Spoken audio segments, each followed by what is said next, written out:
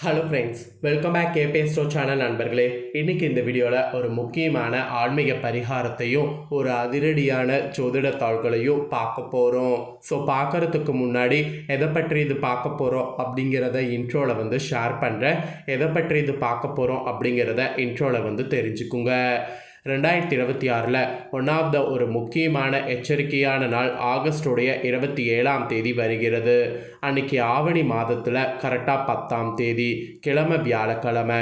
நிறைஞ்ச இந்த வியாழக்கிழமை ஒரு முக்கியமான நாளாக வருது. அன்னைக்கு ஆவணி மாதத்துடைய பௌர்ணமி, கூடவே அவிட்ட நட்சத்திரமும். ஸோ இந்த ஒரு அற்புதமான நாளில் கிரகங்கள் அற்புதமாக அமைந்திருக்கிறதுனால ஒவ்வொரு ராசிக்காரங்களுக்கும் நிறைய மாற்றங்கள் ஏற்படும். அப்படி ஏற்படக்கூடிய மாற்றங்களும் என்ன பரிகாரங்கள் செய்தால் அதிர்ஷ்டம் கிடைக்கும் அப்படிங்கிறதையும் ஷேர் பண்ணுறேன். அதில் ரிஷப ராசிக்காரங்களுக்கு இந்த வீடியோவில் ஷேர் பண்ண போகிறேன். இது ஆக்சுவலி ரிஷப ராசிக்காரங்களுக்கான ரொம்ப ஸ்பெஷல் வீடியோவாக இருக்கும். ரிஷப ராசியில் பிறந்தவங்க இந்த ஒரு வீடியோவை ஸ்கிப் பண்ணாமல் பாருங்கள். உங்களுக்கு என்ன மாதிரியான பலன்கள் கிடைக்கும் அப்படிங்கிறத தெரிஞ்சுக்குங்க. கூடவே என்ன பரிகாரம் செய்தால் அதிர்ஷ்டம் கிடைக்கும் அப்படிங்கிறத தெரிஞ்சுக்குங்க. ஆக்சுவலி இந்த பௌர்ணமி வரக்கூடிய அன்னைக்கு அவிட்டம் நட்சத்திரமும் வருது. அவிட்டம் நட்சத்திரம் ஆவணி மாதத்தில் வருவது ரொம்ப விசேஷமான நாள். இந்த நாளில் பூணூல் மாற்றக்கூடிய ஒரு முக்கியமான சிறப்பானது இருக்குது. வேதங்கள்லாம் இந்த நாளில் ஸ்டார்ட் பண்ணப்படும். அதனால் இந்த நாள் ஒரு புனிதமான நாளாக கருதப்படுது. கரெக்டாக இந்த டைம் ஆவிட்டம் நட்சத்திரம் பார்த்திங்கன்னு வச்சுக்கோங்களேன், குரு பகவானுக்கு உகந்த வியாழக்கிழமை வருது. அதனால் இன்னும் ரொம்ப விசேஷமாக கருதப்படுது. முதல்ல இந்த நாளில் கிரகங்களிடையே என்ன யோகங்கள் உருவாகுது அப்படிங்கிறத ஃபஸ்ட்டு ஷேர் பண்ணுறேன். முதல்ல யோகங்கள் உருவாகிறத தெரிஞ்சுக்குங்க. அதுக்கப்புறமேட்டு உங்கள் ராசிக்கு அதிர்ஷ்டம் பெருக என்ன பரிகாரம் பண்ணுங்கிறத பார்க்கலாம். அதுக்கப்புறமேட்டு பலன்களை பார்க்கலாம். ஸோ வீடியோ ரொம்பவே யூஸ்ஃபுல்லாக இருக்கும். அதனால் ரிஷப ராசிக்காரங்க வீடியோவை ஃபுல்லாக பாருங்கள். முதல்ல உங்களுக்கு என்ன மாதிரியான யோகங்கள் உருவாகுது அப்படிங்கிறத இந்த நாளில் பார்க்கலாம். கரெக்டாக சூரிய பகவான் சிம்ம ராசியில் பார்த்தீங்கன்னு வச்சுக்கோங்களேன், உள்ளே வரக்கூடிய மாதம் தான் ஆவணி மாதம். ஸோ இந்த ஆவணி மாதம் சாதாரண மாதம் கிடையாது என்பது பொதுவாகவே கூறப்படுது. ஏன்னா இந்த ஆவணி மாதத்தில் சூரிய புதன் கேது இவங்க 3 பேரும் சேர்ந்து திரிகிரக யோகத்தை உருவாக்குறாங்க. அதுவும் இந்த ஆவணி மாத பௌர்ணமியில் பலுவா யோகங்களை உருவாக்குறாங்க. அதனாலேயே பார்த்தீங்கன்னு வச்சுக்கோங்களேன், 12 ராசிக்காரங்களுக்கும் முன்னேற வாய்ப்புகள் இந்த யோகத்தினால கிடைக்கும். அதனால தான் ஒவ்வொரு ராசிக்காரங்களுக்கும் என்ன யோக பலன் அப்படிங்கிறத தெளிவாக எக்ஸ்பிளைன் பண்ணிட்டு வரேன். கரெக்டாக பார்த்தீங்கன்னு வச்சுக்கோங்களேன், கேதுவுடன் பார்த்தீங்கன்னு வச்சுக்கோங்களேன் சூரியன் இணைகிறாரு. சூரியன் இணைந்து கொஞ்ச நாள்லேயே பார்த்தீங்கன்னு வச்சுக்கோங்களேன் புதனும் சிம்ம ராசியில் நுழைகிறாரு. அப்போ சிம்மம் ஒரு ராசியில் சூரியன் புதன் கேது இவங்க 3 பேரும் இணைகிறாங்க. இதன் காரணமாக தான் இந்த யோகமானது உருவாகுது. இதுதான் 12 ராசிக்காரங்களுக்குமே அதிர்ஷ்டத்தை தேடி வர்ற மாதிரி சுச்சுவேஷனை உருவாக்குது. அதில் உங்களுக்கு என்ன மாதிரியான சுச்சுவேஷன் அப்படிங்கிறத தான் ஷேர் பண்ண போகிறேன். ஜோதிடத்தின்படி கிரகங்களுடைய பயிற்சி காரணமாக கிடைக்கக்கூடிய பலன்களை தாண்டி சில கிரகங்களுடைய சேர்க்கையோ அற்புதமான பலன்களை தருங்கிறது குறிப்பிடப்படுது. அந்த விதத்தில் சிம்ம ராசியில் சஞ்சரிக்கக்கூடிய கேதுவுடன் அங்கு நுழைய போகக்கூடிய சூரியன் மற்றும் கரெக்டாக பார்த்திங்கன்னு வச்சுக்கோங்களேன் புதன், இந்த 3 கிரகங்களுடைய சேர்க்கை காரணமாக திரிகிரக யோகமானது பயங்கரமாக உருவாகி சில ராசிக்காரங்களுக்கு அறிவு, பேச்சுத்திறன், தன்னம்பிக்கை, தலைமைத்துவம், தொழில், வணிகம் மற்றும் நிதி விவகாரங்களில் குறிப்பிடத்தக்க மாற்றங்களை கொண்டு வரக்கூடும். ஸோ உங்கள் ராசிக்காரங்களுக்கு அந்த மாற்றங்கள் இருக்கா இல்லையா என்பதை சொல்ல போகிறேன். ஸோ தெளிவாக இந்த வீடியோவில் அதெல்லாம் தெரிஞ்சு பயன்பெறுங்க. முதல்ல உங்களுக்கு இந்த பௌர்ணமி அன்னைக்கு செய்ய வேண்டிய ஒரு பரிகாரம் இருக்குது. அந்த பரிகாரத்தை உங்களுக்கு சொல்கிறேன், அதை முதல்ல தெரிஞ்சுக்குங்க. புண்ணியங்கிறது வாழ்க்கையில் ரொம்ப முக்கியம். ஸோ புண்ணியத்தை சேர்க்கக்கூடிய ஆவணி பௌர்ணமி அன்னைக்கு இந்த பரிகாரத்தை ரிஷப ராசிக்காரங்க செய்ய வேண்டும். வாங்க என்ன பரிகாரங்கிறத பார்க்கலாம். பிரபஞ்ச பேராற்றல் மிகுந்த நாளாக தான் பௌர்ணமி திகழ்கிறது. பௌர்ணமி நாளில் நம்ம செய்யக்கூடிய எந்த ஒரு வழிபாடாக இருந்தாலும் அந்த வழிபாட்டிற்கு அதிக அளவில் பலன் கிடைக்கும் என்றும் நம்ம வைக்கக்கூடிய வேண்டுதல் விரைவில் நிறைவேறும் என்று கூறப்படுது. பௌர்ணமி நாளில் பலரும் பலவிதமான தெய்வ வழிபாட்டில் ஈடுபடுவாங்க.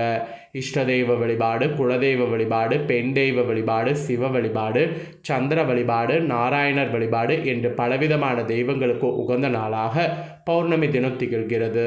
அப்படிப்பட்ட சிறப்பு வாய்ந்த பௌர்ணமி நாளில் ரிஷபராசிக்காரங்க செய்யக்கூடிய ஒரு எளிமையான பரிகாரம் உங்களுடைய கர்ம வினைகளை நீக்கி புண்ணியத்தை சேர்க்கும்.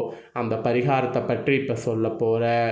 ஆவணி மாதத்தில் வரக்கூடிய பௌர்ணமியானது செப்டம்பர் இல்லைனா அக்டோபரில் வரும். இந்த டைம் கடைசியாக பார்த்தீங்கன்னு வச்சுக்கோங்களேன், அக்டோபரில் வருது. அக்டோபர்னு சொல்கிறேன் பாருங்கள், ஆகஸ்டில் வருகிறது. அதுவும் வியாழக்கிழமை அன்று வருது. வியாழக்கிழமை காலையில் தான் பௌர்ணமி திதி ஆரம்பிக்குது. ஸோ பௌர்ணமி திதி வியாழக்கிழமை இரவு தாண்டி வெள்ளிக்கிழமை வரைக்குமே இருக்குது. ஸோ இந்த தினம் கரெக்டாக பார்த்தீங்கன்னு வச்சுக்கோங்களேன், பௌர்ணமி முடியக்கூடிய நேரத்தில் சந்திர கிரகணமானது ஏற்படுது. அதனால் இந்த பௌர்ணமிக்கு கூடுதல் சிறப்புகள் இருக்குது. பொதுவாக பௌர்ணமி தினத்தில் முழு நிலவை பார்த்து பலவிதமான வழிபாடுகள் பரிகாரங்களை செய்ய வேண்டும் என்றும் அப்படி செய்வதன் மூலம் செல்வ செழிப்போடு வாழ முடியும் என்று சொல்லப்படுது. அந்த மாதிரி பௌர்ணமி நாளில் ரிஷப ராசிக்காரங்க உங்களுடைய பாவ கணக்கையும் கர்ம வினைகளையும் குறைப்பதற்கு இப்போ நான் சொல்லக்கூடிய பரிகாரத்தை செய்யுங்க. இந்த பௌர்ணமி தினத்தில் மாலை நேரத்தில் நிலவு வானத்தில் வந்த பிறகு செய்யக்கூடிய வழிபாடு இதுதான். ஸோ மாலை 6 மணிக்கு ஃபஸ்ட்டு வீட்டில் தீபம் ஏற்றி உங்களுக்கு தெரிந்த வழிபாட்டை மேற்கொள்ளுங்க. இதோடு பரிகாரத்தையும் சேர்த்து செய்யுங்க. இந்த பரிகாரத்திற்கு ஏதாவது ஒரு இலை ஒன்று வேண்டும். வெத்தலை, செம்பருத்தி இலை, வாழை இலை, மா இலை, அரச இலை, இந்த மாதிரி ஏதாவது ஒரு இலையை எடுத்துக்கொள்ளுங்க. இந்த இலையை சுத்தம் செய்து விட்டு பூஜையில் வைக்க வேண்டும். அந்த இலைக்கு மேல் ஒரு கட்டி வெள்ளத்தை வைக்க வேண்டும். பௌர்ணமி வழிபாடு பூஜையில் நிறைவு செய்வதற்கு முன் இந்த வெள்ளத்தை இலையோடு சேர்த்து எடுத்து வந்து பார்த்திங்கன்னு வச்சுக்கோங்களேன், சந்திர பகவான் தெளிவான் தெரிவார்ல, அந்த இடத்திற்கு சென்று அவருக்கு நைவேத்தியமாக காட்டுற மாதிரி காட்டி ஓம் சந்திர மௌலீஸ்வராய நமக எனும் மந்திரத்தை 3 முறை கூற வேண்டும். பிறகு திரும்பவும் இந்த வெள்ளத்தை எடுத்து வந்து பூஜையில் வைத்துவிட்டு உங்களுடைய வழிபாட்டை நிறைவு செய்யணும். தீபம் எரியும் வரை இந்த வெள்ளம் அப்படியே பூஜையில் இருக்கட்டும். தீபத்தை குளிர வைக்கும் பொழுது இந்த வெள்ளத்தை இலையோடு சேர்த்து எடுத்து வந்து உங்களுடைய வீட்டு நிலைவாசலுக்கு வெளியே வைக்க வேண்டும். இரவு முழுவதும் இது அப்படியே இருக்கட்டும். மறுநாள் காலையில் வாசலை சுத்தம் செய்யும் பொழுது இதை எடுத்து ஓரமாக கால்படாத இடத்துல வைத்து விட வேண்டும். இப்படி இரவு முழுவதும் வெள்ளம் நிலைவாசல் இருப்பதன் மூலம் அந்த வெள்ளத்தை உண்பதற்கு எறும்புகள் நம் வீடு தேடி வரும். வெள்ளத்தையும் சேகரித்து செல்லும். இப்படி பௌர்ணமி நாளே எறும்புகளுக்கு நீங்கள் தானம் செய்வதன் மூலம் உங்களுடைய கர்ம வினைகள் படிப்படியாக குறைவதோடு உங்களுக்கு புண்ணியங்களும் ரிஷப ராசிக்காரங்களுக்கு உண்டாகும். தானத்தில் சிறந்ததே அன்னதானம். அன்னதானம் என்பது மனிதர்களுக்கு மட்டும் செய்யக்கூடியதல்ல, உயிருள்ள எந்த ஜீவனுக்கு வேண்டுமானாலும் வயிறு நிறைய உணவு தருவது அன்னதானம். அந்த வகையில் ஒரு எளிமையான பரிகாரத்தை ரிஷப ராசிக்காரங்க உங்களுடைய கர்ம வினைகள் குறைத்து கொள்ள இதை செய்திங்கன்னா நல்லது நடக்கும் அப்படிங்கிற மாதிரி குறிப்பிடப்படுது. அதனால் ரிஷப ராசிக்காரங்க இந்த பரிகாரத்தை செய்யுங்க. உங்களுக்கு நிறைய மாற்றங்கள் ஏற்படுவதை நீங்களே கண்கூடாக பார்ப்பீங்க. ஸோ இதுதாங்க உங்களுக்கான பரிகாரம். இப்போ நெக்ஸ்ட்டு பார்த்தீங்கன்னு வச்சுக்கோங்களேன், பரிகாரத்தை தொடர்ந்து உங்களுக்கான பலனை வாங்க பார்க்கலாம். ஸோ பலன விஷயத்தில் ரிஷப ராசிக்காரங்க இந்த பௌர்ணமியில் புதிய கதவுகள் உங்களுக்கு திறக்கிற மாதிரி கிரகநிலைகள் அமைஞ்சிருக்கு. ஸோ அதிர்ஷ்டம்னு பார்த்தீங்கன்னா இதுதான் உங்களுக்கு குறிப்பிடப்படுது. ரிஷப ராசினருக்கு இந்த ஆவணி பௌர்ணமியில் நிதி ரீதியாக முக்கியமான மாற்றங்கள் கிரகங்களால் கொண்டு வரும். வருமானத்தை அதிகரிக்க புதிய வழிகளை தேடுபவர்களுக்கு நல்ல வாய்ப்புகள் கிடைக்கும். அதோடு வேலை தேடிட்டு இருக்கக்கூடிய நிறைய பேருக்கு எதிர்பார்த்த நிறுவனத்திலிருந்து அழைப்புகள் வரலாம். தொழிலில் இருப்பவர்களுக்கு புதிய கூட்டாண்மை அல்லது வாடிக்கையாளர்கள் மூலம் வளர்ச்சி ஏற்படலாம். எல்லாத்துக்கும் மேலே குடும்பத்தில் நீண்ட நாட்களாக இருந்து வந்த ஒரு பிரச்சனை பேசி தீர்க்கப்படலாம். வீட்டில் மகிழ்ச்சியான நிகழ்வுகள் குறித்து பேச்சுக்கள் தொடங்கலாம். அது திருமண பேச்சுவார்த்தை, வீடு கட்டுற பேச்சுவார்த்தை, இந்த மாதிரி எது வேணாலும் இருக்கலாம். முதலீடு தொடர்பான விஷயங்களில் அவசரப்படாமல் முழுமையாக ஆராய்ந்து முடிவு எடுப்பது அவசியம். சேமிப்பில் கவனம் செலுத்தினால் இந்த பௌர்ணமியில் எதிர்காலத்திற்கு நல்ல அடித்தளமாக அமையும். அதனால் அதுக்கு நீங்கள் நிறைய கவனம் செலுத்துங்க. அதாவது சேமிப்பில் அதிக கவனம் செலுத்துங்க. இதெல்லாம் தாங்க உங்களுக்கான பலன்கள் என்பது குறிப்பிடப்படுது. உங்களுக்கு குறிப்பிடப்பட்ட பலன்கள் பரிகாரங்கள் எல்லாமே நீங்கள் இந்த வீடியோவில் தெரிஞ்சிருப்பீங்க. தெரிஞ்சதுக்கேற்ப நடந்து பயன் பெறுங்க. இதை நீங்கள் பார்த்தது போல் உங்கள் ஃப்ரெண்ட்ஸ் ஃபேமிலியில் இருக்கவங்களும் பார்த்து பலன் பெறணும்னு நினச்சிங்கன்னா வீடியோ லைக் பண்ணி உங்கள் ஃப்ரெண்ட்ஸ் ஃபேமிலிக்கு ஷேர் பண்ணுங்கள். உங்கள் ஃப்ரெண்ட்ஸ் ஃபேமிலி இருக்கவங்களும் உங்களை போல் ரிஷப ராசிக்காரங்களாக இருந்தாங்கன்னா இந்த தாள்களை தெரிஞ்சு இதற்கேற்ப நடந்து பலன் பெறட்டும். இதே போல் புதிய தாள்களை தெரிந்து கொள்ள மறக்க மறக்காமல் நம்ம சேனலை சப்ஸ்கிரைப் பண்ணுங்கள், கூட பெல் பட்டன் ப்ரெஸ் பண்ணுங்கள். அதை நீங்கள் பண்ணிட்டீங்கன்னா இனி நான் போகிற மற்ற அப்டேட்டான எல்லா வீடியோஸும் உடனுக்குடனே தெரிந்து கொள்ளலாம். ஸோ மறக்காமல் சப்ஸ்கிரைப் பண்ணி பெல் பட்டனை ப்ரெஸ் பண்ணுங்கள். நெக்ஸ்ட்டு இதே போல் சுவாரஸ்யமாக வேறொரு புதிய வீடியோவில் உங்களை சந்திக்கிறேன். சப்ஸ்கிரைப் பண்ணி பெல் பட்டனை ப்ரெஸ் பண்ணுங்கள். நன்றி.